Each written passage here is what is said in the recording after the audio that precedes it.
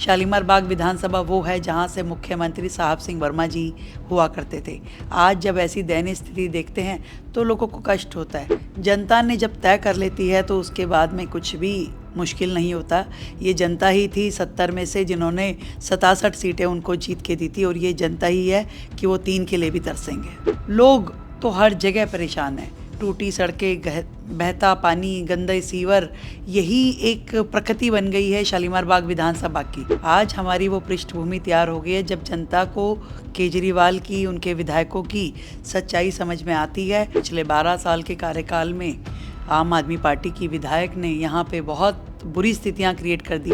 देखिए, जो यहाँ की विधायक हैं वंदना कुमारी, उनकी इमेज सारी जनता में बिल्कुल प्रसिद्ध है कि वो किस काम के लिए मशहूर हैं, किस तरीके से लोगों से पैसा गबन करना, किस तरीके से कब्जे करना, और कैसे सरकारी फंड को कागज़ों पे तो काम हो जाता है परंतु रियल में नहीं होता है। मैं ये समझती हूँ कि मेरा कर्म क्षेत्र ये विधानसभा है। मैंने गांव के लिए भी योजना बनाई है, झुग्गी के लिए भी योजना बनाई है, और शहरी क्षेत्र के लिए भी। नमस्कार, आप देख रहे हैं क्विक न्यूज और मैं हूं आपके साथ डिंपल भारद्वाज। जैसा कि आप जानते हैं कि दिल्ली में विधानसभा के जो चुनाव हैं अब बहुत ही गर्मी पर हैं और बहुत ही जल्दी सर्दी की जो गर्मी है चुनावी और तेज होने वाली है, क्योंकि भाजपा ने अब अपनी पहली लिस्ट जारी कर दी है। हम शालीमार बाग में मौजूद हैं। यहाँ स्थानीय पार्षदा भी हैं रेखा गुप्ता, और इस बार भाजपा ने एक बार फिर से जो दाव खेला है वो रेखा गुप्ता जी के ऊपर ही खेला है। रेखा जी, पहले बात तो बहुत बहुत बधाई। तीसरी बार शालीमार बाग की कमान भाजपा ने आपके हाथों में थमाई है। क्या कहना चाहेंगे शीर्ष नेतृत्व को?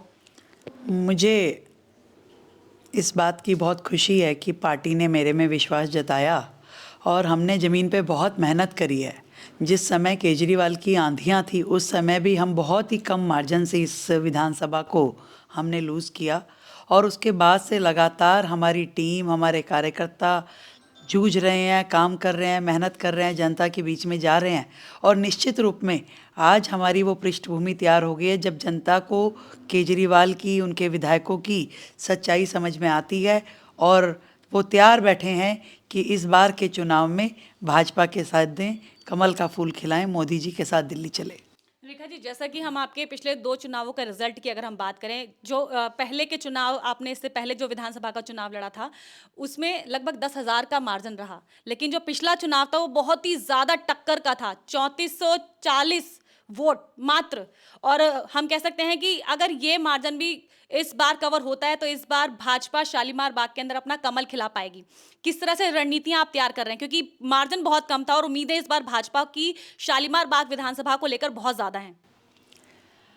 बिल्कुल, दिल्ली की एक बहुत ही सुंदर विधानसभा ये रही है, परंतु पिछले 12 साल के कार्यकाल में आम आदमी पार्टी की विधायक ने यहाँ पे बहुत बुरी स्थितियाँ क्रिएट कर दी है। आज जनता भी हाहाकार करके ये कह रही है कि हमें विधायक बदलो, हालात बदलो, और लोग तो हर जगह परेशान हैं। टूटी सड़कें, बहता पानी, गंदे सीवर, यही एक प्रकृति बन गई है शालीमार बाग विधानसभा की, जो कि पहले ऐसे नहीं होती थी। ये शालीमार बाग विधानसभा वो है जहां से मुख्यमंत्री साहब सिंह वर्मा जी हुआ करते थे। आज जब ऐसी दयनीय स्थिति देखते हैं तो लोगों को कष्ट होता है।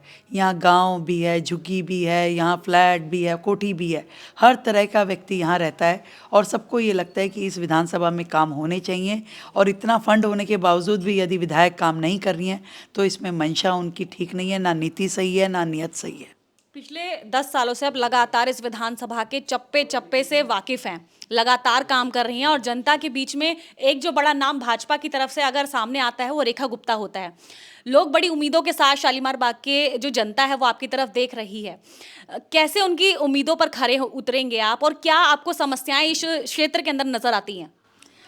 मेरे निगम पार्षद के 2 साल के कार्यकाल में मैंने अपनी परफॉर्मेंस दी है और काम करके दिखाया, और लोगों को विश्वास है कि रेखा यदि विधायक के रूप में आती है आज बिना फंड के, और जबकि पूरी एमसीडी कितनी बुरी स्थिति में है, ऐसे में भी हम लोग जिस तरीके से काम कर रहे हैं तो जनता को पूरी हमसे अपेक्षा है, उम्मीद है कि विधायक बनने के बाद में जब हमारे पास सारे साधन और पावर होगी तो हम उस तरह का काम कर पाएंगे जो उनका सोचा हुआ विज़न है। उस विज़न को सफल करना ये मेरा लक्ष्य है और मैं उस काम के लिए करने के लिए तत्पर हूँ। रेखा जी, क्योंकि बहुत बार तस्वीरें सामने आती है वंदना कुमारी की इस तरह की कि वो अपनी ही क्षेत्र की जनता के साथ लड़ाई कर रही होती हैं। कंट्रोवर्शियल उनकी पिक्चरें सामने आती हैं, कहीं वो लड़ाई कर रही होती है, कहीं उनके जो साथ के लोग हैं वो गुंडागर्दी करते हुए नजर आते हैं। ऐसा जनता का आरोप रहता है उनके ऊपर। कैसे देखते हैं, क्योंकि एक जनप्रतिनिधि जो होता है उसको जनता के लिए काम करना है, सेवा करनी है। वहीं अगर जनप्रतिनिधि ही इस तरह की अपनी छवि बनाएंगे तो क्या, और उसके बावजूद भी वो जीत जाती हैं, क्या इस बार इस तरह की स्थिति जो जनता देख चुकी है पिछले 10 सालों के अंदर, क्या इस बार फिर से विश्वास करेगी उन पर? देखिए, जो यहाँ की विधायक हैं वंदना कुमारी, उनकी इमेज सारी जनता में बिल्कुल प्रसिद्ध है कि वो किस काम के लिए मशहूर हैं, किस तरीके से लोगों से पैसा गबन करना, किस तरीके से कब्जे करना, और कैसे सरकारी फंड को कागज़ों पे तो काम हो जाता है परंतु रियल में नहीं होता है। पीछे मैक्स हॉस्पिटल वाली रोड जो कि करोड़ों रुपए की लागत से उन्होंने बनाई और कागज़ों में पूरी बन के तैयार हो गई, परंतु आज भी आप जाके देखें तो वो पूरी सड़क टूटी फूटी है। उसके साथ में बना हुआ नाला बिना कवर का है, जहाँ रोज़ गायें गिरती है, रोज़ बच्चे गिरते हैं। तो ये उनकी जो नियति है ये हर व्यक्ति समझ रहा है। जनता के सामने वो एक्सपोज हो चुकी हैं और जनता चाहती है कि ये विधायक बदलो, हालात बदलो। मैम, हम ग्राउंड रिपोर्ट भी कर रहे हैं लगातार। हम जनता से अगर पूछते हैं कि किस पर ज़्यादा विश्वास है, तो मैम हमें कई बार वंदना कुमारी का भी नाम सुनने को मिलता है, लेकिन जो उम्मीदें अब की बार जो जनता कर रही है वो रेखा गुप्ता से ज़्यादा कर रही है। उनको लगता है कि अगर बदलाव होगा तो बहुत कुछ अच्छा होगा। रेखा गुप्ता क्या अच्छा करेगी? क्या इस विधानसभा के लिए क्या कुछ उपहार लेकर आएगी? क्या कुछ नई चीज़ें लेकर आने वाली है जो अब तक इन 10 सालों के अंदर नहीं हुआ है? मैं ये समझती हूँ कि मेरा कर्म क्षेत्र ये विधानसभा है। मैंने गांव के लिए भी योजना बनाई है, झुग्गी के लिए भी योजना बनाई है और शहरी क्षेत्र के लिए भी। मेरा मन है कि मैं हर झुग्गी में उनके साफ शौचालय, महिलाओं के लिए स्नान घर, अच्छी नाली, सड़कें, ये सारी उनको मैं सुविधाएं दूं, जहां साफ़ सुथरा माहौल उनके रहने के लिए मिले, कोई भी कोना अंधकार में ना हो, पूरी लाइटें हों। और शहरी क्षेत्र के लिए मेरा मन यही है कि हम अपने क्षेत्र में जहाँ जहाँ पे भी जो दिक्कत है, जैसे जो सड़कों पे गायें घूम रही है, जहाँ पे सड़कें बिल्कुल टूटी पड़ी हैं, जहाँ पार्क बदहाल है, उनके फुटपाथ बन नहीं पाए बजट की कमी के कारण, तो वो सारे काम हमें करने हैं। एक अच्छा माहौल, एक रहने लायक जीवन हमें अपनी जनता को देना है। और गांव में मुझे यहाँ पे सामुदायिक भवन भी बनाने हैं, उनकी सड़कें भी ठीक करनी है और हर वो सुविधा जो आज तक दिल्ली सरकार ने उनके लिए रोकी हुई है, चाहे वो राशन कार्ड हो या पेंशन हो, वो मैं उनको लगवा के दूंगी। एक सवाल मैम, क्योंकि पीएम मोदी ने अभी हाल ही में रैली करी और बोला कि आपदा को हटाना है और भाजपा को लाना है।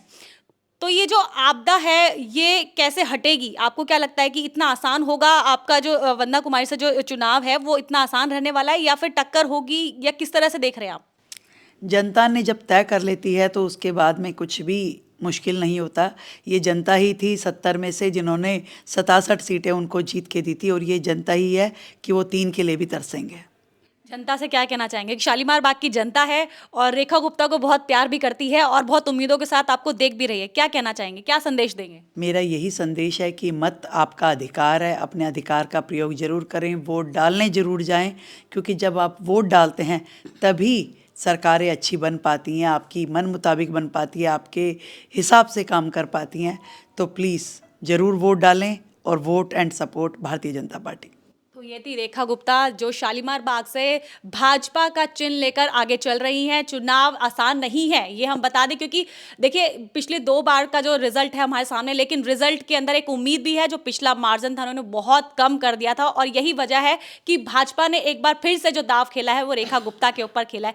देखना ये होगा कि आने वाली जो तस्वीर होगी वो क्या होगी, लेकिन हम शुभकामनाओं के साथ मैम से हम विदा लेते हैं और भी मुद्दों पर हम लगातार मैम के पास आते रहेंगे। नमस्कार।